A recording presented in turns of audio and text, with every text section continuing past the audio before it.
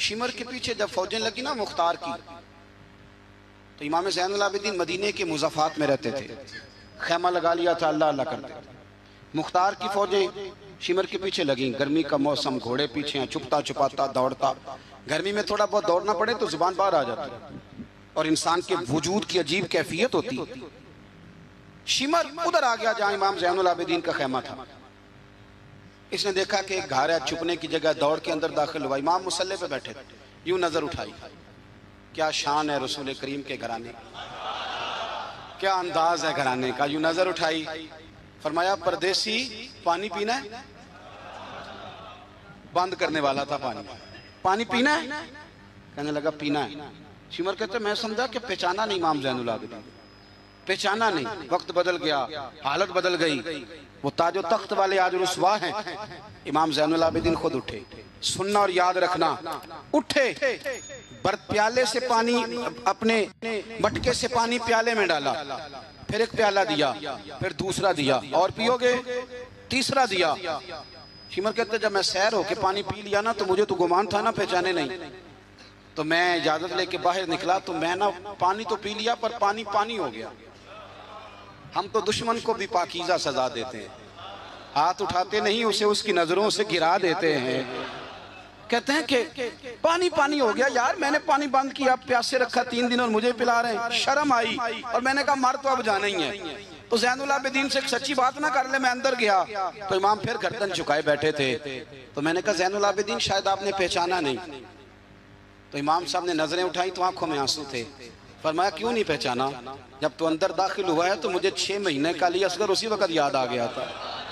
جب تو اندر آیا ہے تو میرے چچا کے کٹے ہوئے بازوؤں میں جو درد تھا اور میری پھپھی کی آنکھوں میں جو آنسو تھے مجھے سارے یاد آئے تھے، اور وہ کہاں کربلا اور کہاں دمشق تم نے نیزے پہ لٹکا کے میرے باپ کا جو سار گلیوں میں گھمایا مجھے سارا یاد آیا تھا۔ شمر کہتا میں نے گھبرا کے کہا پھر پانی کیوں پلایا؟ اگر پہچان گئے تھے تو پانی کیوں پلایا؟ کہتا یوں کر کے آنسو پونچھے امام نے، فرمانے لگے میری مجبوری ہے، میں ساقی کوثر کا نواسا ہوں، میری مجبوری ہے، مجھے پلانا تھا، میں مجبور ہوں اس لیے کہ مصطفیٰ کا نواسا ہوں۔ انہوں نے ہمیں سکھایا ہے کہ جو پانی نہ دے اسے پیالے بھر بھر کے پلانا چاہیے۔ کدھر گیا میرا اور آپ کا کردار؟ چھوٹے چھوٹے دل، اتنی اتنی بات میں جھگڑا۔ ہو سکتا ہے ساقی صاحب سے بھی میں ناراض ہو جاتا اگر سٹیج پہ بڑی کرسی نہ رکھتے، اتنا سا دل بس۔ ہو سکتا ہے بگڑ جائیں ایک دوسرے سے کہ مجھے بلایا ہی نہیں، نعرے نہیں لگائے، بندہ استقبال کوئی نہیں بھیجا۔ او بھائی یہ تو چھوٹے لوگ اس طرح کی باتیں کرتے ہیں، یہ تو کچی پکی باتیں۔ جو آدمی بڑا ہوتا ہے وہ استقبال سے بڑا نہیں ہوتا، جو بڑا ہوتا ہے وہ بڑی کرسی سے بڑا، جو بڑا ہوتا ہے وہ آگے بیٹھنے سے بڑا نہیں ہوتا، صدر صدر ہی ہوتا ہے، وہ جہاں بھی بیٹھ جائے وہ صدر ہی ہے۔ ان چکروں سے باہر آئیں۔ اہل بیت اطہار کا اسوہ نور، خوبصورتی، بات کو سمیٹنا ہے چونکہ وقت عشاء قریب ہے۔ کیوں نکلے امام حسین یزید کے خلاف؟ یزید تو جامع مسجد دمشق کا خطیب تھا، پتہ ہے آپ کو؟ چلیں اب پتہ چل گیا۔ داڑھی والا آدمی، علماء جانتے ہیں، جبہ پہنتا تھا بڑا شاندار، حج کے خطبے دیتا تھا، حج کے۔ ہمارے تو حکمرانوں کو سورت اخلاص نہیں آتی، پھر بھی آپ کہہ کے دیکھیں، وہ کہیں گے سب سے زیادہ مذہب کا پتہ ہی مجھے ہے۔ یزید داڑھی والا، پگڑی والا، امامے والا، جبے والا، حج پڑھانے والا، تو امام آپ کو کیا ضرورت پڑی تھی اس کے خلاف نکلے اور اس طرح نکلے کہ بچے قربان کرا دیے؟ تو امام حسین کے سارے خطبے، سارے مدینے سے مکہ، مکہ سے مقام بیضا، وہاں سے کربلا، سارے خطبے، وہی خطبہ پھر دمشق میں امام زین العابدین کا، وہی پھر مدینے میں امام زین العابدین کا۔ امام حسین فرمانے لگے یزید اللہ کی حدوں کو توڑتا ہے، رب کے حلال کو حرام اور حرام کو۔ آپ کے ملک میں کہا نہیں جاتا کہ مولوی گنجائش نکالیں سود کے بارے میں؟ اتنا بڑا جرم جس کو کہا گیا کہ اللہ رسول سے جنگ ہے، یہ اتنے بڑے حرام کو حلال کرنے جا رہے ہو، کہا یہ اللہ کی حدوں کو توڑتا ہے، نمازیں چھوڑ کے پڑھتا ہے، رنڈیوں کا ناچ دیکھتا ہے، مجرا جو آج کل گند ہر ایک موبائل میں آیا ہے۔ یہ امام حسین نے یہ خطبہ دیا، فرمایا کہ مجرے دیکھتا ہے، ناچ دیکھتا ہے، عیاشیاں کرتا ہے۔ اور پھر امام حسین نے فرمایا میں نے اپنی آنکھوں سے اسے مدینے میں شراب پیتے دیکھا ہے۔ فرمایا جو اتنے بڑے کبائر کرتا ہو اس کے ہاتھ میں ہاتھ دے دوں؟ یار سمجھو تو صحیح، امام حسین کا جہاد تو بے حیائی کے خلاف، شراب کے خلاف، امام حسین کا جہاد تو دین کو نافذ کرنے کا، نماز پڑھنے سے یزید منع نہیں کرتا، نافذ کرنے کا جہاد۔ امام نے بچے کٹوا دیے، لیکن الیکشن میں بڑے شرابی کی بڑی فوٹو کے نیچے چھوٹی میری بھی لگی ہو، اور میں سب سے بڑا حسینی، سب سے بڑا یرانے سارے شرابیوں سے، یزیدیوں سے، اور سب سے بڑا حسینی میں، سارا گند ملت کے جوانوں کے موبائلوں میں، لڑکیوں کے کالج کے آگے لڑکوں کا رش، اور بہت ساری بچیاں بیچاری پڑھنا چھوڑ گئیں، کالج چھوڑ گئیں، اس لیے کہ باپ نگرانی نہیں کر سکتا، ڈیوٹی نہیں دے سکتا۔ اور بھائی یہ سارے حسین کے ماننے والے ہیں، یہ امام علی مقام کے ماننے والے ہیں۔ یہاں اپنے ملک میں اپنی بیٹیاں محفوظ نہیں، ہندوؤں سے خطرہ ہے، یہاں سکھوں سے خطرہ ہے۔ او میرے عزیز یاد رکھ، اگر تو گند دیکھتا ہے، گند کو پروموٹ کرتا ہے، گند کی بات کرتا ہے اور اس بے حیائی کو فروغ دیتا ہے، تو قیامت والے دن امام حسین کا ہاتھ ہوگا، تیرا میرا گریبان ہوگا۔ حضرت علی اکبر میدان محشر میں کھڑا کر کے سوال کریں گے کہ میں نے بازو کٹوا دیے اور تیرے ہاتھ چلتے رہے گندگی کے لیے، اس کو پرموٹ کرتا رہا۔ حضرت علی اکبر سوال پوچھیں گے، نوجوانوں یاد رکھنا، نوجوان وہ نہیں ہوتا جو کہتا ہے کہ میں جدھر جاتا ہوں تو ادھر میں ہی ہوتا ہوں، مرضی سے سوتا ہوں، مرضی سے اٹھتا ہوں، مرضی سے کھاتا ہوں، 15 لڑکیوں کے میرے موبائل میں نمبر ہیں۔ یہ جوانی نہیں، یہ تو کمزوری ہے آپ کی، یہ تو نفس کی غلامی ہے۔ جوان تو وہ ہوتا ہے جتنا قد اونچا ہو اتنی نظریں جھکی ہوئی ہیں، جوان تو وہ ہوتا ہے جتنا زیادہ اللہ قوت دے، اپنے سارے معاملات کو، اپنی عقل کو، اپنی قوت کو وہ در رسول کا غلام بنا دے۔ محمد بن قاسم آئے یہاں لڑنے کے لیے، راجہ دہر سے مقابلہ، 17 سال کا نوجوان، کتنے سالوں کا بول کے بتائیں؟ 17.5 سالہ دا منڈا کی کر لیندہ ویسے، برگر کھانے کے علاوہ، گھر میں لڑائی کرنے کے علاوہ۔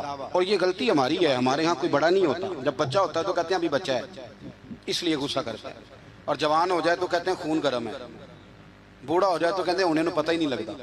تے سیانے ہونے دی کیڑی عمر ہے جی، وہ بھی بتا دیں، اس کا بھی کوئی بہانہ بتائیں، کب سمجھدار ہوگا؟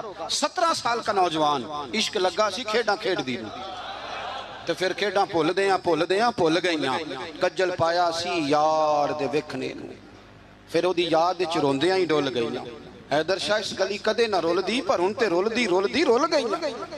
محمد بن قاسم آئے تو ایک بزرگ نے دیکھا محمد بن قاسم بڑے پریشان ہے، کہنے لگے پتر خیر ہے، تو کہنے لگے حضور نہ تو رسموں کا پتہ ہے ہندوستان کے، اور سنا ہے راجہ دہر کی فوج بھی بڑی مضبوط ہے، کیسے لڑوں گا؟ کہنے لگے بیٹے تو ہمت کر، میں دعا کروں، اللہ تیری مدد کرے۔ چند دنوں کے بعد وہ بزرگ پھر ملے تو محمد بن قاسم بڑے حشاش بشاش، تو بزرگ کہنے لگے آج بڑے حشاش بشاش ہو، خیریت ہے؟ محمد بن قاسم کہنے لگے حضور مجھے پتہ چل گیا ہے، 2 سے 2.5 گھنٹے لڑے گا راجہ دہر پھر بھاگ جائے گا، اس سے زیادہ میرے مقابلے میں ٹھہرے گا نہیں۔ کہا کیوں؟ کہنے لگے میں نے پتہ کرایا ہے وہ نظر کا گندہ ہے، انہیں معلومات کرائی ہیں، اس کی تو پھپھی کی، ماموں کی، خالہ کی، چچا کی بیٹی اس کی گندی نظر سے محفوظ نہیں، جن کے پیٹوں میں رزق حرام ہو اور آنکھوں میں بے حیائی ہو، وہ کبھی کسی میدان میں کھڑے نہیں رہ سکتے، 2 گھنٹے سے زیادہ کھڑا نہیں رہے گا۔ کہنے لگا حضور میں 17 سال کا نوجوان ہوں، یا میں نے کعبہ دیکھا ہے یا قرآن دیکھا ہے، اور جب دل زیادہ للچاتا ہے تو مصطفیٰ کی قبر انور کو دیکھا کرتا ہے۔ ہم نے باحیا زندگی رکھی ہوئی ہے، اپنے مزاجوں میں۔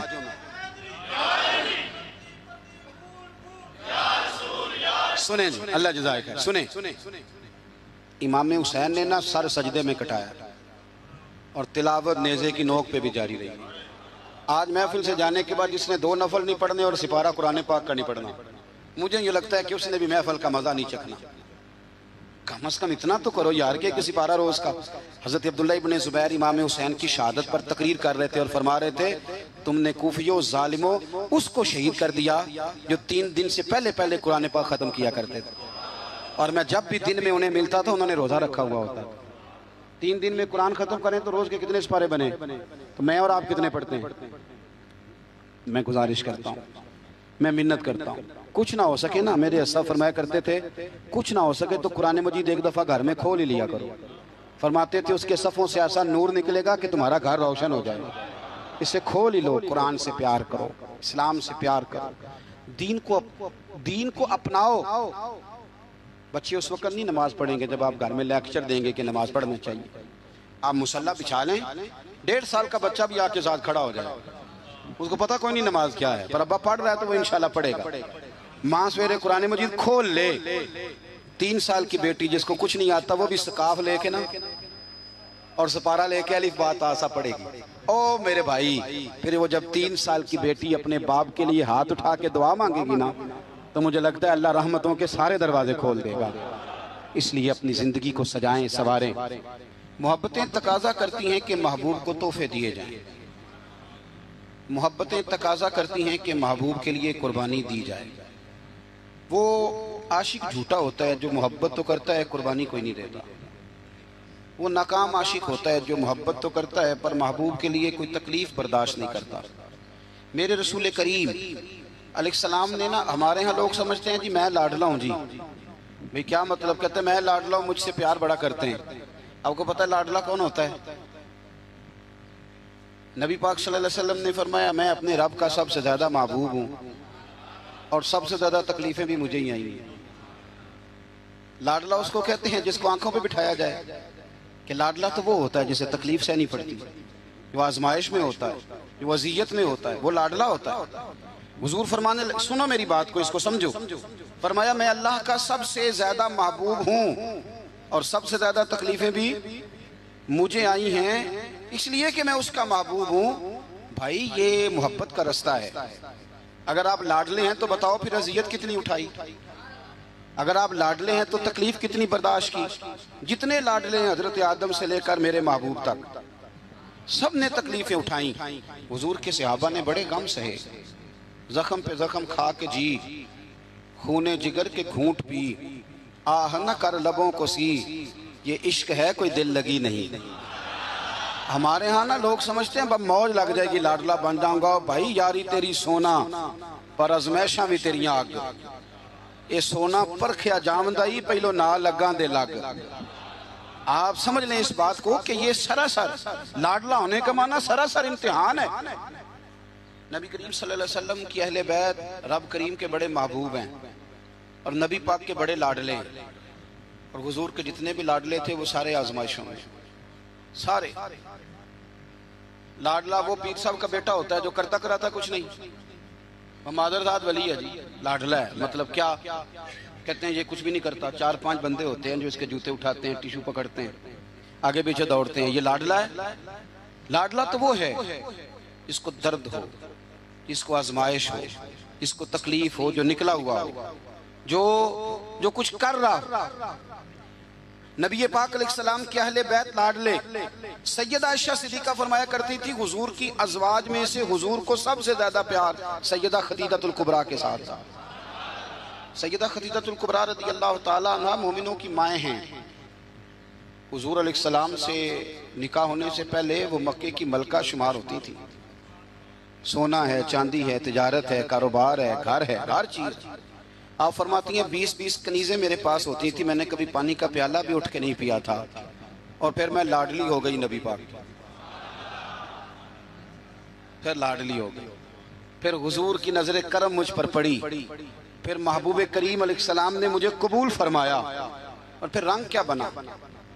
ظہر کے وقت ابن اسحاق کہتے ہیں ظہر کے وقت نبی کریم کی بارگاہ میں ساری دولت، ساری کنیزیں، سارے غلام حضرت خدیجہ نے دیے ظہر کے وقت۔ عصر سے پہلے پہلے میرے نبی نے سارا کچھ تقسیم فرما دیا۔ یہ بطور مثال بیان کرتے ہیں، فرماتے ہیں یوں سمجھو کہ ظہر کے وقت دیے اور عصر سے پہلے پہلے حضور نے بانٹ دیے۔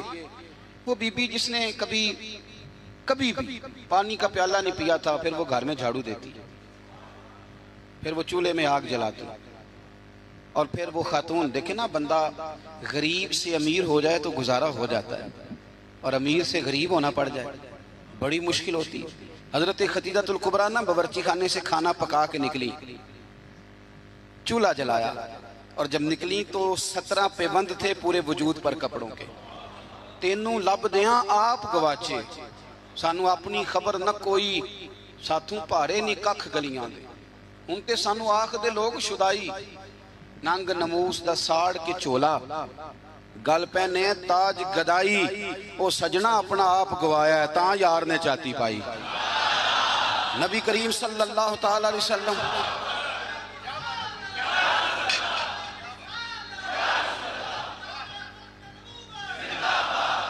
سنیں حضرت خدیجہ نا کھانا پکا کے نکلی نبی پاک کے لیے.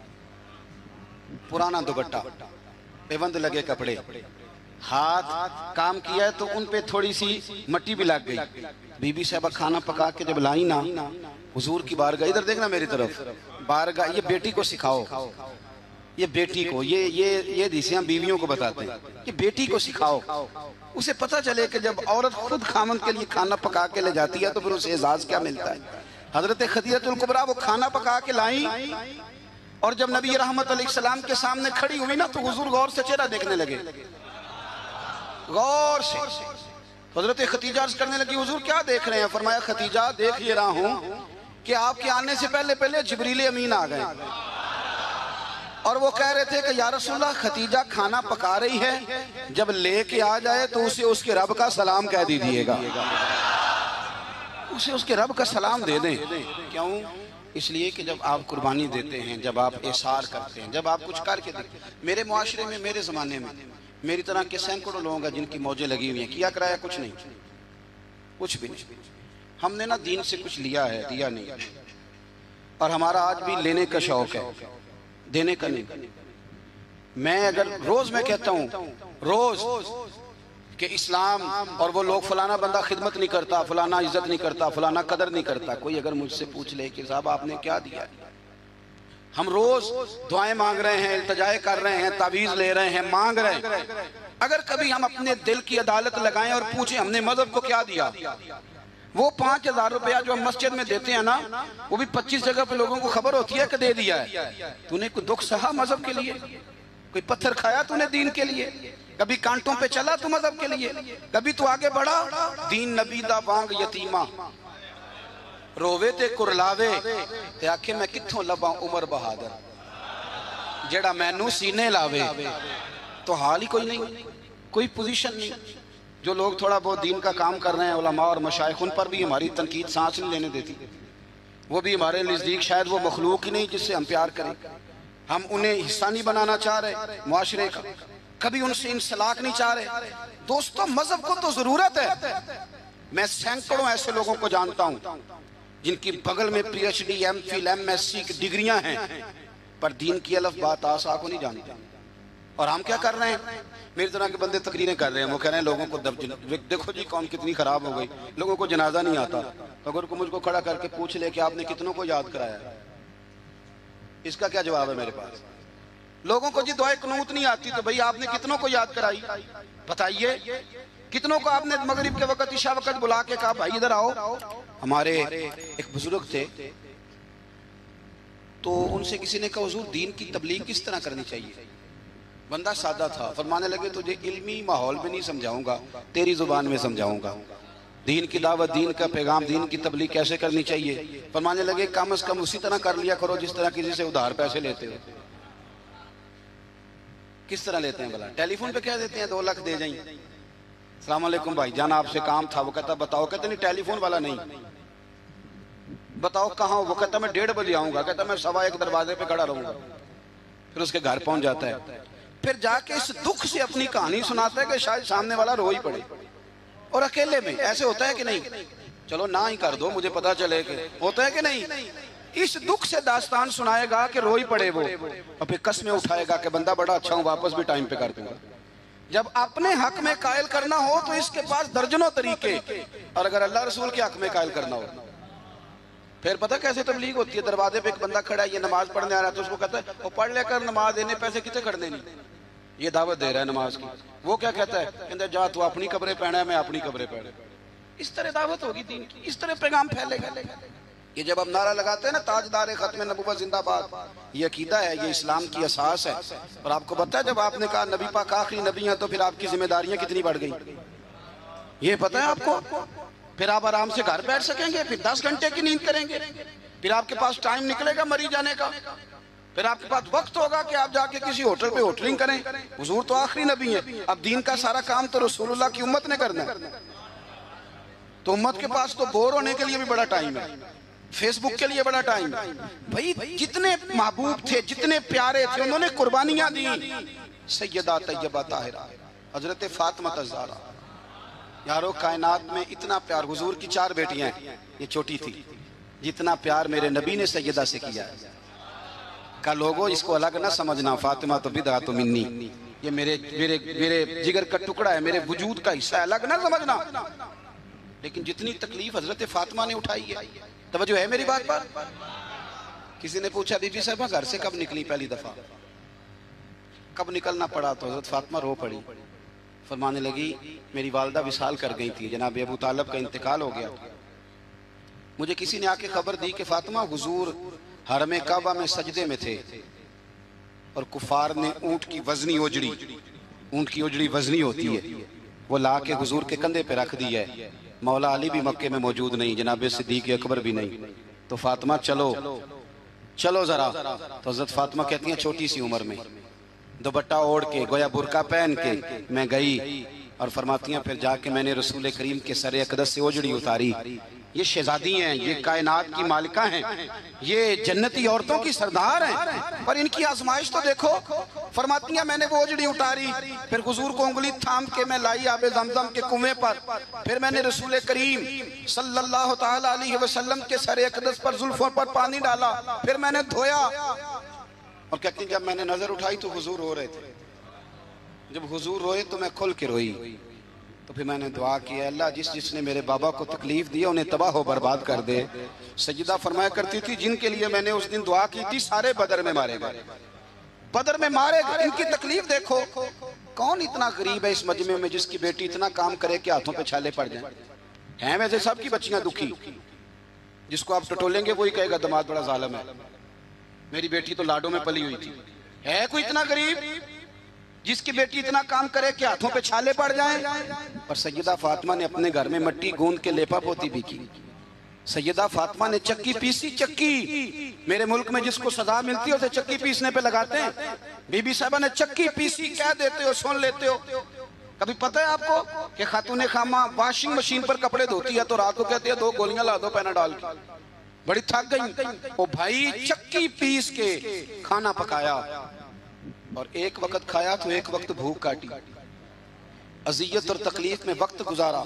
حضرت مولا علی کا جب نکاح ہوا تو اپنا مکان کوئی نہیں تھا، مسجد میں سوتے تھے، حضرت عارصہ بن نعمان کا مکان محبوب نے لے کر دیا، اس میں وقت گزارا، تکلیفیں ہیں، آزمائشیں ہیں، لیکن جب دین کو کچھ دینے کی باری آتی ہے، حضرت سیدنا سلمان فارسی فرماتے ہیں نبی کریم علیہ السلام کے پاس مہمان آیا تو حضور علیہ السلام نے فرمایا میرے گھر میں ظاہری طور پر کچھ نہیں، جاؤ کہیں سے پتہ کرو۔ جناب سلمان فارسی فرماتے ہیں میں حضرت علی کے دروازے سے گزرا تو مولا علی پوچھنے لگے خیریت ہے؟ میں نے کہا مہمان آیا ہے۔ توجہ ہے میری بات پر؟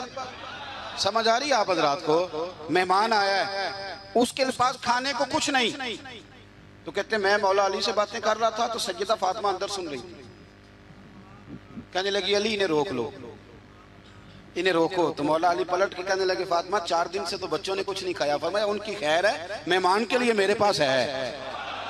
وَيُقْسِرُونَ عَلَىٰ أَنفُسِهِمْ وَلَوْ كَانَ بِهِمْ خَصَاصَةٌ، ان کے لیے میرے پاس ہے۔ کہا کیا؟ فرمایا گھر میں ایک بستر پڑا ہے، میں کون سا کبھی کبھار تو استعمال کرتی ہوں، جاؤ کسی کے پاس گروی رکھ دو یا بیچ دو۔ او یارو کب ایسا ہوتا ہے، لیکن قربانی ہوتی ہے۔ حضرت سلمان فارسی کہتے ہیں میں شمون یہودی کے پاس لے کے گیا، توجہ ہے نا میری بات پر؟ میں نے کہا یہ گروی رکھ لو یا خرید لو اور ہمیں ایک مہمان کے لیے 3 وقت کا کھانا دے دو۔ تو کہتے ہیں وہ خوشبو سونگ کے کہنے لگا کہاں سے آیا ہے؟ میں نے کہا مولا علی کے گھر سے۔ کہتے ہیں وہ دوڑ کے اندر گیا، پھر آیا، پھر گیا، پھر آیا، تیسری دفعہ واپس آیا تو اس کے ہاتھ میں کچھ صفحے تھے۔ میں نے کہا یہ کیا ہے؟ کہنے لگا میں نے تورات میں پڑھا تھا کہ محمد صلی اللہ علیہ وسلم اور اصحاب محمد آخری محبوب کا طریقہ یہ ہوگا، ان کے غلاموں کا طریقہ یہ ہوگا کہ وہ اپنی جان پر بوجھ برداشت کر کے بھی غیروں کی مدد کریں گے۔ میں نے ساری نشانیاں دیکھ لی تھیں، آج یہ نشانی بھی پوری ہو گئی، سودا بھی لے جا، کمبل بھی لے جا اور مجھے بھی لے جا تاکہ جا کے میں مصطفیٰ کا کلمہ پڑھ لوں، حضور کا غلام ہو جاؤں۔ بھائی قربانی، اظہار، کچھ دینا، دین کے لیے کچھ کرنا، اپنی خدمات کو پیش کرنا اور مخلص ہو کر، خالص ہو کر۔ یہ بہت زیادہ پوسٹر چھپتے ہیں نا جب ہمارے، اب ہم تو منع میری نہ کر سکتے، 20 30 آدمی بیک وقت ویڈیو بناتے ہیں، تو کسی وقت نہ شیطان حملہ بھی کرتا ہے، وہ کہتا ہے دیکھا کتنی بلے بلے، اس شہر میں بھی اتنے لوگ تھے، فلانی جگہ بھی، یہ بڑی مصیبت ہے، آپ کو اپنے آپ کو روک کے رکھنا، کہیں کھڑا کرنا، یہ ایک بہت بڑی آزمائش ہوتی ہے۔ اس لیے مولا رومی نے پورا کلام لکھا ہے، وہ کہتے ہیں زوال والے پر تو آزمائش ہی کوئی نہیں ہوتی، آزمائش تو ہوتی عروج والے پہ، زوال والے کو کیا۔ لیکن کبھی کبھی اکیلے بیٹھ کے سوچتے ہیں کتنا کچھ لے لیا ہے تو مذہب کو دیا کیا، ہم نے دیا کیا۔ آپ یقین کریں مذہب پر جو نظریاتی حملے ہیں، نظریاتی، آپ کی سوچ سے زیادہ ہیں، جو فکری حملے ہیں، فکری، ہر چوتھا آدمی اٹھ کے سوال جواب کر رہا ہے، چوتھا آدمی۔ میں دیانتداری سے کہتا ہوں، ذمہ داری سے، جتنے عوام کو میں جانتا ہوں وہ دل پہ ہاتھ رکھ کے آج بھی ان کو انشراح صدر ہی نہیں، آج تک بہت سارے لوگ ایسے ہیں جو آج تک دل سے اس بات پر راضی نہیں کہ ملک میں نظام مصطفیٰ نافذ ہو جائے۔ میں حکمرانوں کی بات نہیں کر رہا، میں اپنی اور آپ کی کر رہا ہوں۔ کتنے فیصد لوگ ہیں جو یہ چاہتے ہیں؟ سوال ہی نہیں پیدا ہوتا، ہمارا مزاج ہی نہیں ہے، انشراح صدر ہی نہیں لوگوں کو نصیب۔ کتنے لوگ ہیں جو کہتے ہیں کام چل رہا ہے بس چلنے دو۔ دین کے لیے خدمات کرنا، اپنا پیش کرنا، دو لفظ بول کے تائید کرنا، کسی مسجد سے پیار کرنا، کسی مدر، یہ ہمارے یہاں زلزلہ آیا کشمیر میں، ایک مدرسہ بھی ٹوٹ گیا، 25-26 بچے زخمی ہوئے۔ جتنی تنظیمیں انسانی حقوق کی گئی ہیں وہ آپ کو سب زخمیوں کے سرانے کھڑی نظر آئیں گی، طالب علموں کے سرانے نہیں۔ جتنا استحصال مدرسے کے بچوں کا کیا جاتا ہے، جتنا چھوٹا اور ہلکا انہیں جانا جاتا ہے، اسی مسجد میں جس میں یہ اعلان ہو رہا ہوتا ہے نا کہ مسجد کے بچوں کے، مدرسے کے بچوں کے پیروں تلے فرشتے پر بچھاتے ہیں، اسی مسجد کی کمیٹی نے مدرسے کے بچے کے سر پر کھال بھی رکھی ہوئی ہوتی ہے، بھئی اس کے پیروں کے نیچے فرشتے نے پر بچھایا، تو نے اس کی گردن پہ کھال رکھ دی ہے۔ غور تو کرنا، اس کا احساس کتنا تھا، تو نے کہاں کھڑا کر دیا۔ میرے بھائی، دین کا وہ وقار، دین کا وہ احساس، دین کی وہ شان۔ میں تکلیف سے بات کرنے لگا ہوں، تکلیف سے، ادھر دیکھو میری طرف، خالی پاکستان ہے کہ اسلامی جمہوریہ؟ چلیں آپ ہی نہیں اتفاق کر رہے تو آگے کیسے جانا ہے؟ بولے ہی نہیں آپ، کیا نام ہے ملک کا؟ بولیں۔ جب آپ کی وفاقی کابینہ کی میٹنگ ہو رہی ہوتی ہے تو کتنے علماء بطور مشیر بیٹھے ہوتے ہیں؟ کتنے؟ کبھی کوئی ایسا تذکرہ ہوا ہے؟ آپ کیا اس مکتبے کی یہ جو شعبہ زندگی علماء والا، اس کی آپ ضرورت نہیں محسوس کرتے کہ یہ بتائیں کہ یہ جو بل پاس ہونے لگا ہے اس کے بارے میں نبی پاک کا طریقہ مبارکہ کیا ہے، حضور کے ارشادات عالیہ کیا ہیں، دین کا منشا اس کے بارے میں کیا ہے؟ ہمارا مزاج نہیں، ہمارا ذوق نہیں۔ میرے عزیز، دین کے لیے کچھ کرنا، اپنے مذہب کو سپورٹ کرنا، اس کی فکری سرحدوں کی حفاظت کرنا۔ میں بکری سوچے دیکھتا ہوں نوجوانوں کی، اور بہت سارے بچے آ کے کہتے ہیں حضرت جی دلوں میں ایسے خیالات آتے ہیں اگر زبان پہ لائیں تو شاید لوگ ہمیں قتل کر دیں۔ وجہ کیا ہے؟ وجہ یہ ہے کہ ایک منظم سازش کی گئی، ایسی باتیں چھوڑی گئی جنہوں نے ذہنوں میں انتشار پیدا کیا، جنہوں نے لوگوں کو تباہ کیا۔ میرے رسول پاک سید عالم صلی اللہ علیہ وسلم کے خاندان نے کمال قربانی دی، ایک شخص نے آگے بڑھ کے، کیوں بھلا؟ اس لیے انہیں سمجھ آ گئی تھی مصطفیٰ کا نظریہ بڑا ہی سچا ہے۔ جب تک یقین کامل نہیں ہوتا تب تک قربانی نہیں دی جا سکتی۔ اور پھر ان لوگوں نے نا دین کو اپنے اوپر طاری کیا۔ میرے ملک میں دین منایا جاتا ہے بڑے شوق سے، منانا بھی چاہیے، 12 ربیع الاول کو منانا چاہیے، بلکہ میں تو کہتا ہوں اب یہ مسئلہ نہ پوچھا کرو کہ میلاد کرنا چاہیے کہ نہیں کرنا چاہیے، اب یہ پوچھا کرو کہ جھنڈیاں وضو کر کے لگانی چاہیے کہ بغیر وضو کے بھی لگ جاتی ہیں، تو یہ پوچھا کرو بھائی۔ اب آگے بھی بڑھو کہ ساری زندگی یہی رہنا ہے؟ 7 پوچھتے ہو گئیں، 10 پوچھتے میلاد منا رہے ہیں ہم لوگ، ابھی تک پوچھ رہے ہیں لوگ ہر ربیع الاول میں، تو بھائی کھل کے مناؤ۔ لیکن یارو، ایک شخص نا انڈیا کا 10 سال وزیر اعظم رہا، پگڑی والا تھا، سکھ تھا، 10 سال۔ سڈنی میں ایک سربراہ کانفرنس منعقد ہوئی تو سکھ سے کسی نے پوچھا کہ یہاں سارے پینٹ کوٹ والے ہیں، تو داڑھی پگڑی میں عجیب نہیں لگتا؟ اور اب عام آدمی نہیں تھا، پی ایچ ڈی تھا، پڑھا لکھا تھا۔ سنو، کہنے لگا منسٹریاں تو آتی جاتی رہتی ہیں پر گرو کا دھرم کون چھوڑے؟ تو شادی پہ ہی ٹوپی چھوڑ جاتا ہے، تو پگڑی پہ ہی سنت، تو برات والے دن ہی سنت بھول جاتا ہے، تجھے یاد ہی نہیں رہتا۔ یعنی کول ہو گئے تو مولوی منگاؤ، 10 آیا تو نعت خواں بلا لو، 6 آیا تو قاری صاحب، کیوں جی دکھ کا موقع ہے، اور جب خوشی کا موقع ہو، سکھوں کا رشتہ اللہ رسول سے نہیں، تازہ کا حج کر کے حاجی صاحب آئے ہیں تازہ، اور ان کے بچے کی شادی ہے تو ان سے پوچھا حاجی صاحب وہ مہندی والے دن بچوں نے بڑی تباہی کہتے میں تے ڈیرے تے سے میں نہیں پتا منڈے کی کر دے سن، حج بھی کیتی جاندے ہو تے لو بھی پیتی جاندے ہو، کھو کے مال یتیماں دا تے بھیج مسیتی جاندے ہو، پھٹ دلان دے سیندے نہیں تے ٹوپیاں سیتی جاندے ہو، نفس دے چھری پھیر دے نہیں تے دمدے کیتی جاندے ہو، فرض پلائی بیٹھے ہو، نفلہ نیتی جاندے ہو، او دسو تے سی بلے شانو ایک ہی کیتی جاندے ہو، او دسو تے سی بلے شانو ایک ہی کیتی جاندے ہو۔ او صاحب دین کا یہ معیار ہے، کھول کے مناؤ تو اپنانا کس نے؟ وہ کسی اور سے جا کے کہیں داڑھی رکھ لے۔ میرے پاس ایک صاحب جمعہ پڑھنے آتے تھے تو چھوڑ گئے، کچھ دنوں کے بعد ایک جگہ مجھے مل گئے، کہنے لگے میں جمعہ پڑھنے نہیں آ رہا، آپ نے پوچھا ہی نہیں۔ میں نے کہا جب آپ نے شروع کیا تھا تب بھی میں نے نہیں پوچھا تھا کہ کیوں شروع کیا، میں نے تو نہیں پوچھا تھا، مرضی سے شروع کیا تھا آپ نے، چھوڑ گئے تو تب بھی مجھے نہیں پوچھنا چاہیے تھا۔ ٹھیک ہے آپ کی موج ہے، چلو اگر آپ کا ارادہ ہے کہ میں پوچھوں تو بتائیں کیوں چھوڑ گئے؟ کہنے لگے آپ ہر جمعہ داڑھی کی بات شروع کر دیتے ہیں، مطلب کوئی بندہ مس بھی کر دیتا ہے۔ میں کہ تو نہیں مڑیا میں نے موڑ چھڑیا ہی، یعنی داڑھی نہیں رکھی جمعہ چھوڑ دیا ہے، کہتا ہر جمعہ داڑھی کی بات۔ میں نے پھر اس سے کہا، میں نے کہا داڑھی کس کے نبی کی سنت ہے بول کے بتائیں، تو کس کو کہیں رکھنے کا؟ کسی پڑوسی کو، کسی اور مذہب والے کو، اور کچھ کو کسی نے کان میں بتایا کہ چھوٹی سے بھی کام چل جاتا ہے، داڑھی کا وزن ہوتا ہے۔ بولیں کبھی کسی نے آپ کو کہا کہ داڑھی میری بہت بڑی ہے تو میرے کندھے تھک گئے، تو رکھی ہے تو چھوٹی بھی رکھنی ہے تو بڑی تو میرے محبوب کا طریقہ ہے، ایک مٹھی داڑھی کے بغیر تو گزارا ہی نہیں، رکھ جو لی تو چھوٹی کا کیا معنی ہوگا؟ ویسے بھی جو حسن اور نورانیت مٹھی داڑھی میں پایا جاتا ہے، آپ کبھی تجربہ کر کے دیکھ لیں۔ آپ سفید داڑھی کو ایک طرف کھڑا کریں اور سیٹھ کو نواب کو جو بیوٹی پارلر سے کلین شیپ کرا اسے دوسری طرف کھڑا کریں، سلوٹ کرنے کو اسی کو دل چاہے گا جس کی داڑھی سفید ہو۔ ہاں اور سنو بخاری مسلم کی حدیث، میرے رسول کریم سید عالم نور مجسم شفیع معظم صلی اللہ علیہ وسلم نے فرمایا، حضور فرمانے لگے، نبی کریم فرمانے لگے، لوگوں جس نے 3 لوگوں کی عزت کی۔ یا رسول اللہ کس کی؟ فرمایا عدل کرنے والے بادشاہ کی، قرآن کے عالم کی، اور سفید داڑھی والے مسلمان کی۔ فرمایا جس نے ان تینوں کی عزت کی سمجھے میں نے اپنے رب کا حیا کیا ہے۔ اتنی بڑی بات کر دی نبی کریم نے، اتنی بڑی بات، تھوڑی محبت پر۔ اہل بیت نے نا دین کے لیے قربانیاں دی اور پھر دین کو اپنایا، بڑے میٹھے اخلاق تھے اہل بیت کے، دل میں بڑی صفائی، طبیعتوں میں بڑی مٹھاس، معاف کرنے کا بڑا ہی جذبہ، معاف کرنے کا بڑا، ہم تو بدلہ لے رہے ہیں، اوہو پنچایت میں کبھی صلح کر بھی لیں تو معافی نہیں دیتے، کہتے ہیں اب تو چودھری صاحب کہہ رہے ہیں مان جاتا ہوں، پھر جب میرے قابو آئے گا نا تو معافی نہیں دیتے، صلح کر لیتے ہیں کسی کے کہنے پر۔ نفسیاتی طور پر ہم بڑے ڈسٹرب اس لیے ہیں کہ ہم بے سکون رہتے ہیں جان بوجھ کے، وجہ ہی کوئی نہیں، لیکن جب تک زندگی ہے اللہ نے زندہ رکھنا ہے، اور جب وقت آ جانا ہے تو پھر کوئی ہمیں بچا سکتا، تو ٹینشن کس بات کی ہے، ڈپریشن کس بات کا ہے؟ ایک بات۔ دوسری بات یہ کہ دوسروں کی نفسیات کا بھی تھوڑا تھوڑا خیال کریں۔ ہم پتہ کیا چاہتے ہیں؟ سارے میرے مطابق چلیں، پھر نفسیاتی مسائل پیدا ہوتے ہیں۔ میرے ساتھ اگر 100 بندہ پیار کرتا ہے تو ان کے مطالبے الگ الگ ہیں، کوئی کہتا ہے جناب کو پیار ہی کرنا چاہیے، ہر ایک سے مسکرا کے ملنا چاہیے، کوئی کہتا ہے حضرت صاحب اتنا بھی پیار کریں تو لوگ نگل جاتے ہیں، تھوڑی ڈنڈی پٹی بھی ہونی چاہیے۔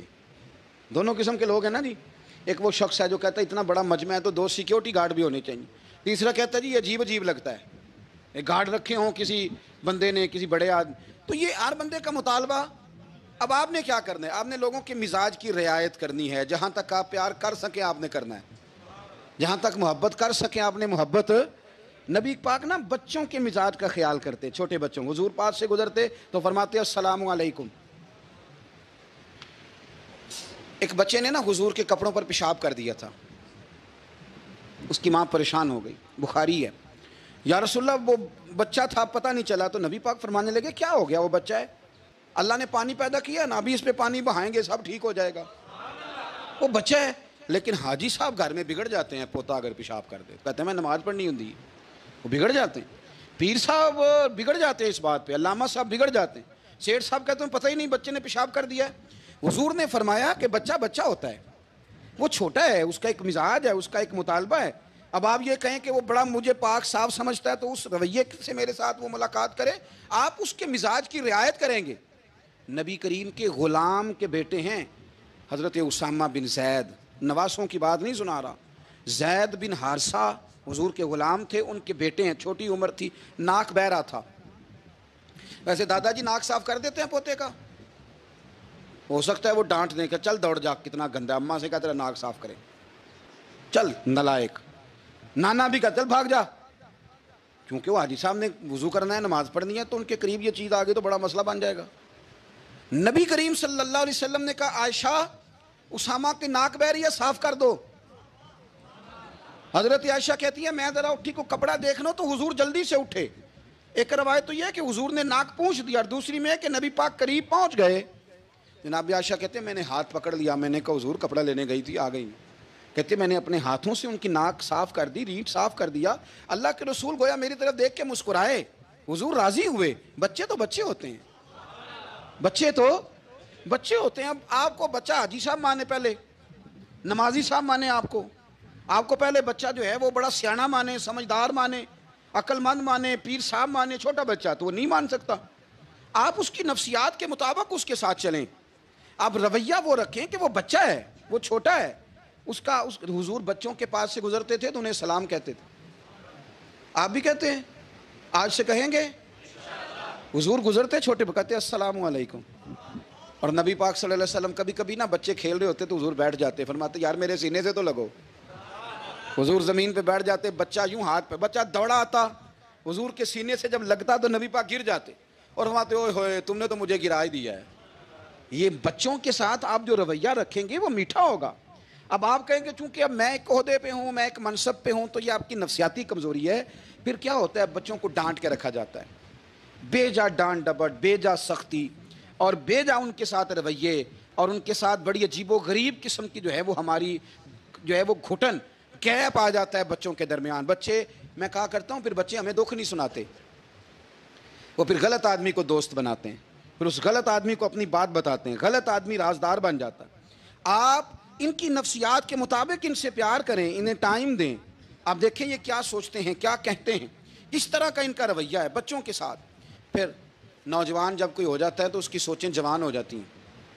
نوجوانوں سے معذرت کے ساتھ نبی پاک علیہ السلام نے نوجوانوں کی حکومت سے پناہ مانگی، نوجوانوں کی حکومت سے پناہ مانگی ہے، اس لیے کہ نوجوان بڑی جلدی پیار بھی کرتا ہے اور بڑی جلدی نفرت بھی کرتا ہے. سوچیں مضبوط نہیں ہوتی. نوجوان آدمی، جوان آدمی، بکھری ہوئی سوچیں ہوتی. میرے رسول کریم صلی اللہ علیہ وسلم نوجوانوں سے ان کے مزاج کے مطابق ڈیل کرتے تھے، ان کی طبیعت کے مطابق ان کی ذہن سازی کرتے تھے. ہم نا جوانوں کو وقت نہیں دیتے، ہم مطالبہ کرتے ہیں نوجوان سے کہ وہ ہے نوجوان، باتیں بوڑھوں والی کرے.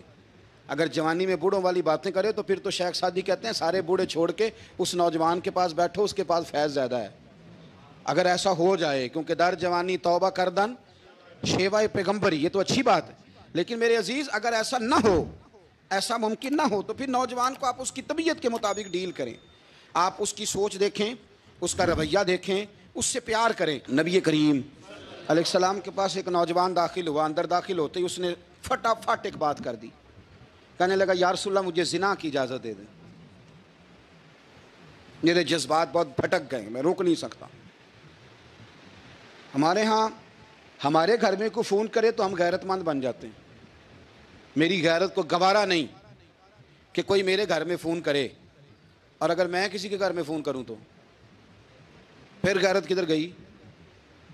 پھر بھی آپ غیرت مند نہیں صاحب، پھر بھی آپ غیرت مند نہیں. اگر آپ کسی کے گھر فون کرتے ہیں آپ غیرت مند نہیں، تو یاد رکھیں اگر آپ یہ حرکت کر رہے ہیں تو پھر آپ کو بھی تھوڑا احساس ہونا چاہیے نا. نبی کریم صلی اللہ تعالیٰ علیہ وسلم سے اس نے کہا مجھے زنا کی اجازت دیں دے. حضور فرمانے لگے آگے آ جاؤ. حضرت عمر کہتے ہیں مجھے بڑا غصہ تھا، میرا دل کر رہا تھا اٹھوں اور 2 تھپڑ ماروں اسے. طریقہ بات کرنے کا. حضور نے بلایا، پاس بٹھایا، تھپکی دی.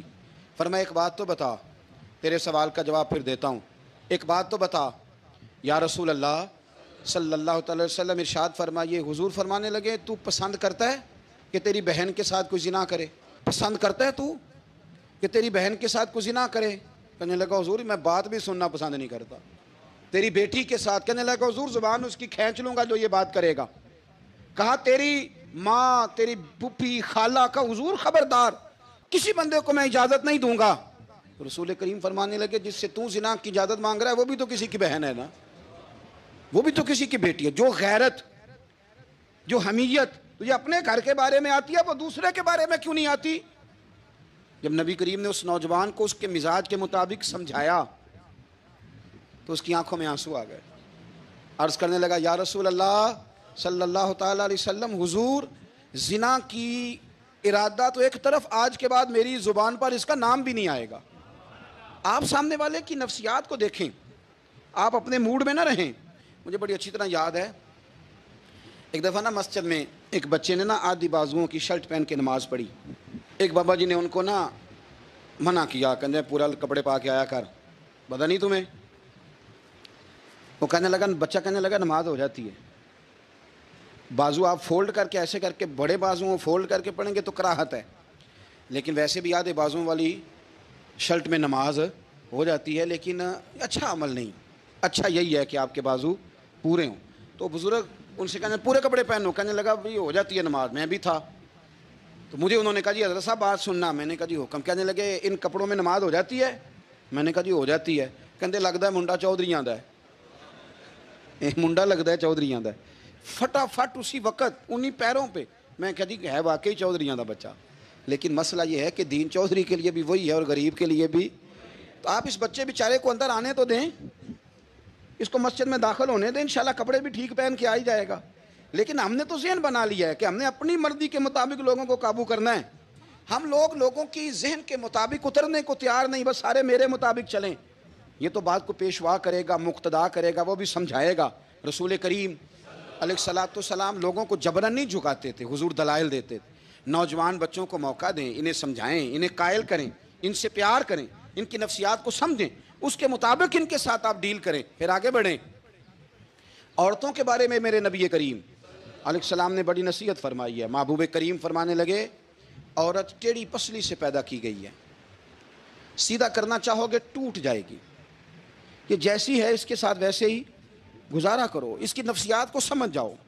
عورت تھوڑا سا چاہتی ہے کہ وہ کھانا پکائے تو اس کی تعریف کر دی جائے. تو بھائی کھڑی ہے صبح سے باورچی خانے میں، 2 لفظ بولنے میں کوئی حرج ہے؟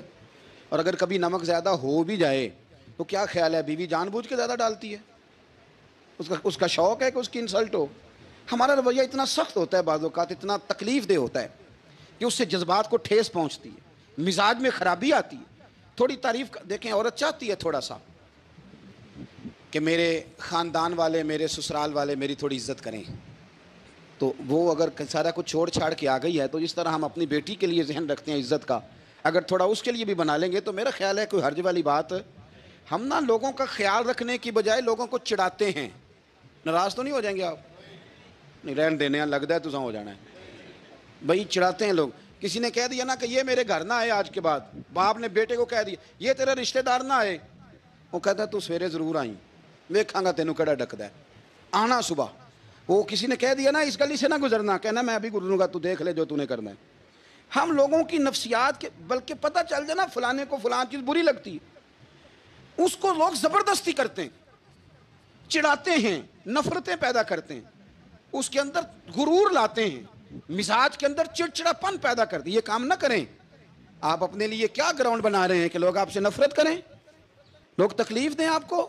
یہ نوجوان بچے کسی نے ہارن دے دیا گاڑی کا تو آپ اس نے گاڑی پیچھے کرنی نہیں، وہ ماں بدولت کو ہارن بجا دیا ہے. یہ مہذب قوموں کا یہ رویہ نہیں ہوتا. یہ تو وہ قومیں ہیں جو مطلب بڑی تنگ ہیں اپنے آپ سے، یہ بڑے آوازار لوگ ہیں. ٹھنڈے رہیں، میٹھے رہیں، پیار کریں، دوسروں کے جذبات کا احساس کریں. نبی کریم صلی اللہ تعالیٰ علیہ وسلم نے ایک دن حضرت عائشہ صدیقہ سے کہا عائشہ تیرے ساتھ ایک بات نہ کروں، حضور کریں. فرمایا جب تو ناراض ہوتی ہے تب بھی مجھے پتہ چل جاتا ہے، اور جب تو راضی ہوتی ہے تب بھی مجھے خبر ہو جاتی ہے. اتنا دھیان رکھتے ہیں خاوند گھر میں کہ اب اس کی پوزیشن کیا ہے اور اب یہ کیا سوچتی ہے اور کس بات پہ اس کو جو ہے وہ ناراضگی ہوتی ہے. مجھے جب تو راضی ہوتی ہے تب بھی پتہ ہوتا ہے ناراض. تو حضرت عائشہ کہتی ہے نہیں حضور ایسی تو بات ہی کوئی نہیں، آپ بتائیں. تو حضور فرمانے لگے جب میں کسی اور زوجہ کے پاس تھوڑا وقت گزار لیتا ہوں زیادہ، اور جب میں آتا ہوں تو ناراض ہوتی ہے. یا رسول اللہ آپ کو کیسے پتا؟ فرمایا بتاؤں حضور بتائیں. فرمایا اس وقت جب تو قسم اٹھاتی ہے تو کہتی ہے لا و رب ابراہیم، مجھے ابراہیم کے رب کی قسم.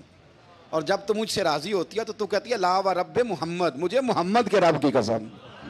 تو پھر حضرت ابراہیم کا نام لے لے کے حضرت عائشہ کہنے لگی محبوبہ قربان جاؤں، بات بالکل ٹھیک ہے، ایسے ہی ہے یا رسول اللہ، بالکل ایسے ہی ہے. جب تھوڑی خفگی ہوتی ہے تو میں یہ کام، تو حضور تو لوگوں کے مزاج کا خیال کرتے تھے، نبی کریم کو تو پتہ ہوتا تھا، لیکن ماں بدولت کہتے ہیں سارے میرے مرضی کے مطابق چلیں. ہاں میں نے زندگی میں یہ تجربہ بھی کیا ہے کہ آپ لوگوں کا خیال رکھنے لگ جاتے ہیں تو لوگ خراب بھی ہو جاتے ہیں، اس میں کوئی شک نہیں. وہ سمجھتے ہیں شاید میری ضرورت بڑی ہے، نہ یہ بات نہیں بھائی، بات کچھ اور ہے. حضور رحمت اللہ للعالمین ہے نا، تو کافر ہے یا منافق ہے، حضور کی تو ڈیوٹی ہے پیار کرنا، لیکن کافر کو تو چاہیے نا کلمہ پڑھے، منافق کو تو چاہیے نا مومن بنے. او بھائی میں نے کہا وہ بزرگ ہیں، ان کی ذمہ داری ہی پیار کرنا ہے، وہ جو بھی جائے گا اس سے. لیکن تو بتا تو نے پیار میں سے سیکھا کیا ہے، لیا کیا ہے، تیرے اوپر اثر کیا ہے؟ پیار کرنا، شفقت کرنا اور ہے، یہ جملہ میرا یاد رکھنا، پیار کرنا کسی سے اور ہے اور اس سے راضی رہنا یہ بات اور ہے. کسی پر شفقت کرنا اور ہے اور اس بندے سے راضی رہنا، یہ آپ دیکھیں کہ وہ راضی ہے آپ سے کہ نہیں، کہ خالی پیار ہے، خالی شفقت ہے. شفقت تو مجبوری ہے، کرنی ہے. تو میرے عزیز یاد رکھیں، نبی کریم تھوڑا تھوڑا خیال کرتے، دیکھتے بندہ اس کے مزاج کے مطابق، دیہاتی آتا تو حضور اس کا بھی خیال کرتے.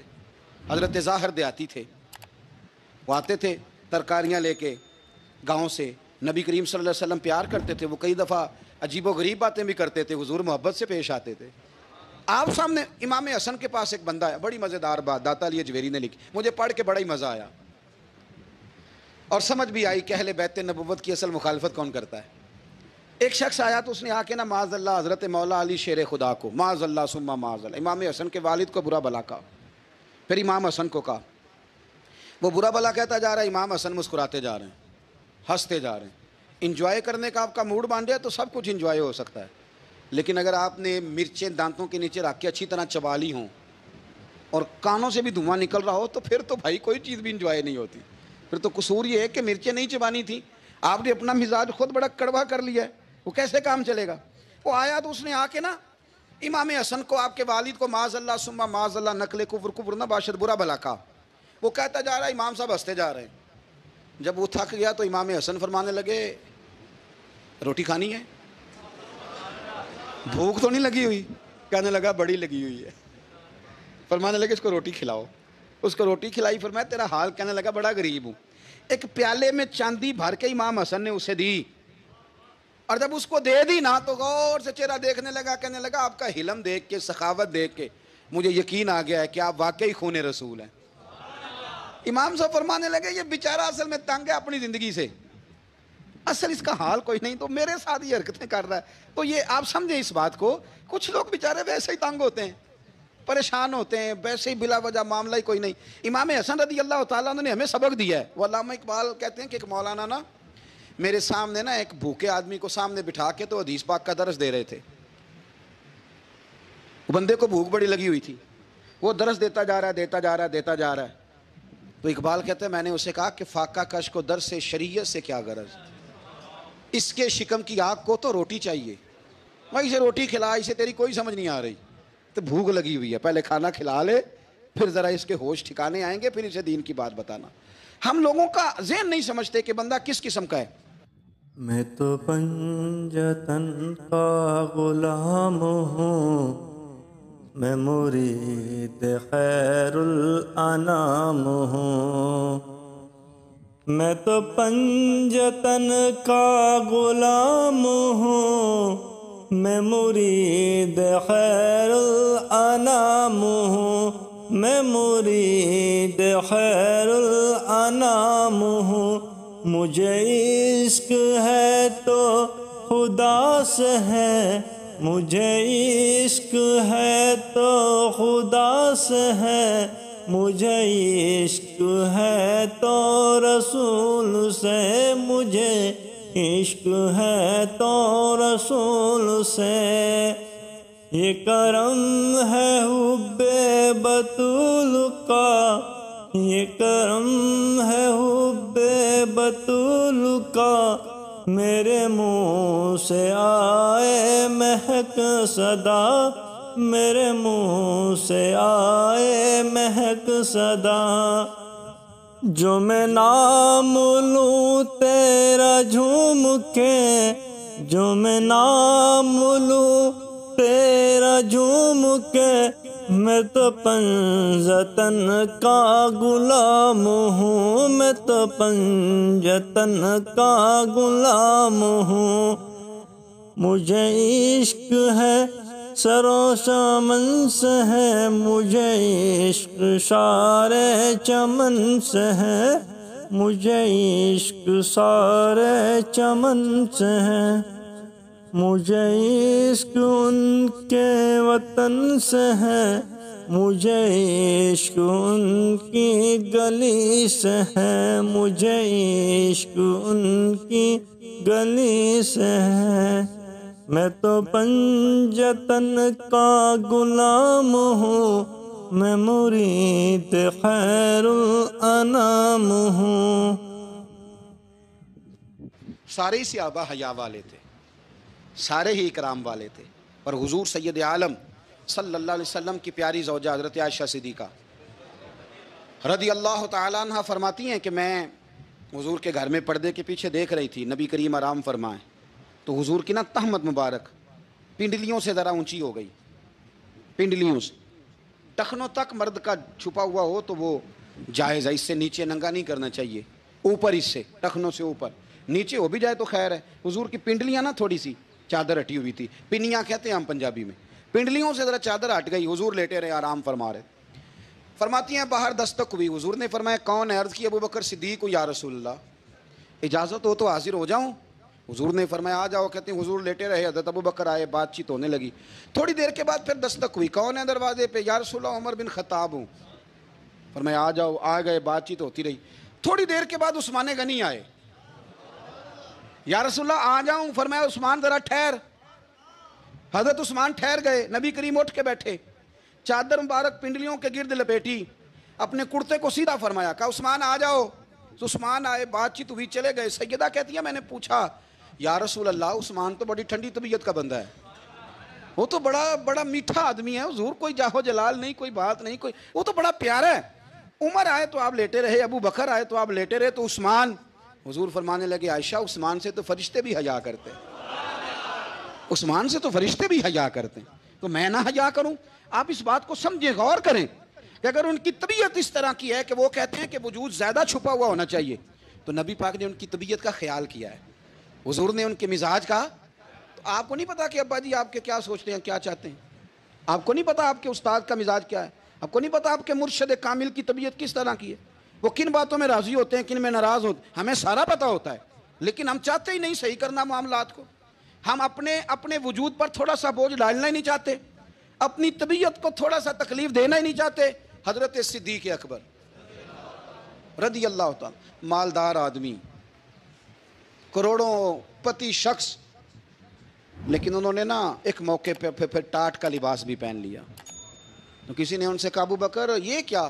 فرمانے لگے نبی کریم کو، میرے آقا کو غریبی پسند ہے، تو ابو بکر غریب بن گیا ہے، ختم ہو گئی، جے سونا ہی میرے دکھ وچ راضی تے میں سکھ نو چلے ڈاواں، ٹھیک ہو گئی بات، وہ جس حال میں رکھے اس حال میں راضی رہنا ہے۔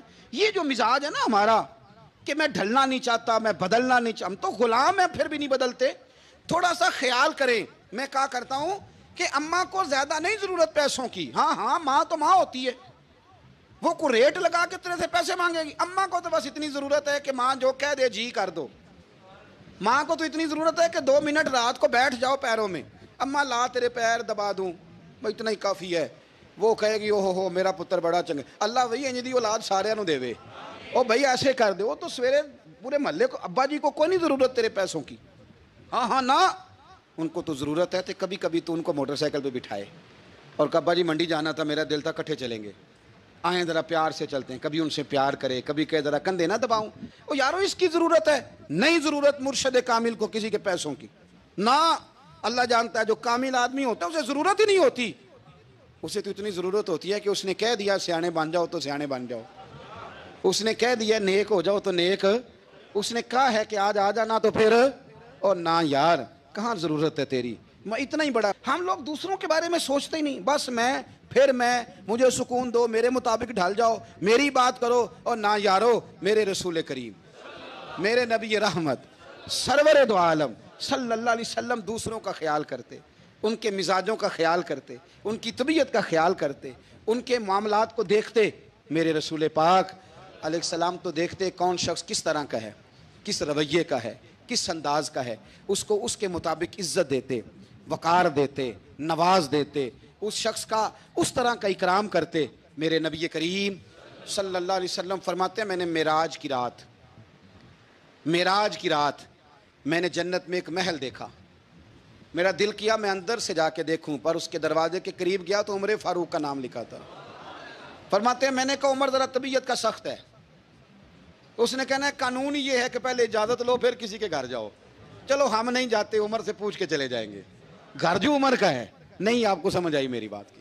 یار نہیں سمجھے، جن کے قدموں کے صدقے گھر ملا ہے، اگر وہ یہ خیال کرتے ہیں کہ سامنے والے سے پوچھ لینا چاہیے، نہیں آپ نہیں سمجھے۔ او بھائی، جن کے برکت سے وہ مکان ملا ہے، اگر وہ مزاج کا اتنا خیال رکھتے ہیں تو پھر مزاج رسول کا بھی تو خیال ہونا چاہیے نا۔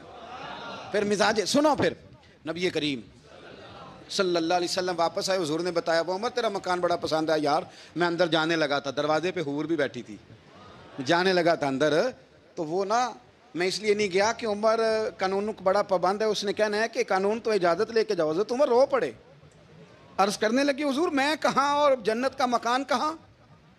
مختصر سی میری کہانی ہے، یہ جو بھی ہے آپ کی مہربانی ہے۔ تو حضرت عمر رو پڑے، لیکن میرے رسول کریم صلی اللہ علیہ وسلم اب اتنا حضور خیال کرتے تو جناب عمر پتہ کون تھے؟ جرت نہیں تھی کسی مائی کے لال کی عمر کے سامنے کھڑا ہو سکے، ہاں جس کے سامنے شیطان نہ ٹھہر سکے، نکل جاتا ہے شیطان بھی۔ لیکن صحابہ کہتے ہیں جب کبھی حضور کے چہرے پہ شکن آتی تو اتنا وجود ہم نے کسی کا کامتے نہیں دیکھا جتنا عمر کانپا کرتے تھے۔ کبھی طاری ہوتی تھی، وہ دلیر میں کہیں اور ہوں، یہاں تو میں غلام ہوں، یہاں تو میں نوکر ہوں، دعا منگیا کرو سنگیو کتے مرشد نہ رس جاؤ۔ رو پڑتے، اور طریقہ کیا ہوتا؟ زمین پہ کونیاں رکھ کے نا، کونیاں گھٹنے، اب میں آپ کو کر کے کیسے دکھاؤں، حدیث سے صحیح میں موجود، یہ کونیاں زمین پہ رکھ کے نا، جیسے بچے نہیں چلتے، کونیاں دونوں زمین پہ حضرت عمر رکھ دیتے، اور یوں کونیاں رکھ کے تو یوں ہاتھ باندھ دیتے حضور کے سامنے، نیچے کونیاں اور ہاتھ باندھتے، اور پھر روتے جب حضور ناراض ہوتے تو۔ کسی اور سے ناراض ہے نبی پاک، عمر سے نہیں، تو یوں دونوں ہاتھ بچھا دیتے، یوں ہاتھ باندھتے اور کہتے رضیت باللہ ربا وبالاسلام دینم ونبینا محمد صلی اللہ علیہ وسلم۔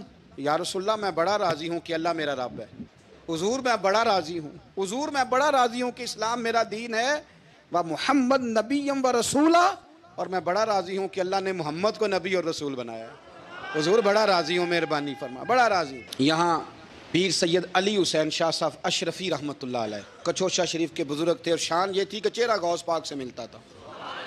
وہ تھوڑا سما کے قائل تھے، سما کے، یعنی وہ والا سما نہیں جو اب ڈھول ڈمکے کے ساتھ ہوتا ہے، کچھ اس میں اشعار پڑے جاتے تھے، اور بعض ایسے شعر تھے جن پر باپ بزرگ کہتے تھے نہیں ہونے چاہیے، یہ رائے کا اختلاف۔ ان کے یہاں ایک خلیفہ تھے سید ابو البرکات شاہ صاحب، مفتی اعظم پاکستان، وہ خلیفہ ہیں لیکن بڑے عالم تھے۔ سید صاحب یہاں آئے تو لوگوں نے کہا حضور کو شعر پڑھیں، تو آپ فرمانے لگے یہ میرا مرید مفتی اعظم ہے، یہ منع کرتا ہے، یہ ان باتوں سے منع کرتا ہے، تو یہاں نہیں پڑھنے۔ لوگوں نے کہا حضور مرید کی بھی ماننی ہے، میں نرا مرید نہیں، مفتی بھی تو ہے نا، قرآن و سنت کی روشنی میں منع کرتا ہے۔ تو اتنا لوگ خیال کر لیتے تھے دوسروں کے مزاج، اور یارو ہم تو بوجھ بنتے ہیں، ہم تو چڑھاتے ہیں جس کے، اور میں دیکھتا ہوں دنیا چڑھ چڑھ کے پاگل ہو گئی، چڑھاتے ہیں ایک دوسرے کو، تکلیف دیتے ہیں، اذیت میں مبتلا کرتے ہیں۔ ہم لوگوں نے اب تھپڑ مارنے بند کر دیے ہوئے ہیں، اب ہم ڈنڈے نہیں مارتے، اب ہم نفسیاتی تکلیفیں دیتے ہیں، نفسیاتی ذہنی طور پر ٹارچر کرتے ہیں، ہم لوگوں کو اتنا تکلیف میں مبتلا کرتے ہیں کہ لوگ پاگل ہونے کے قریب آ جاتے ہیں، خودکشیاں ہونے لگی ہیں۔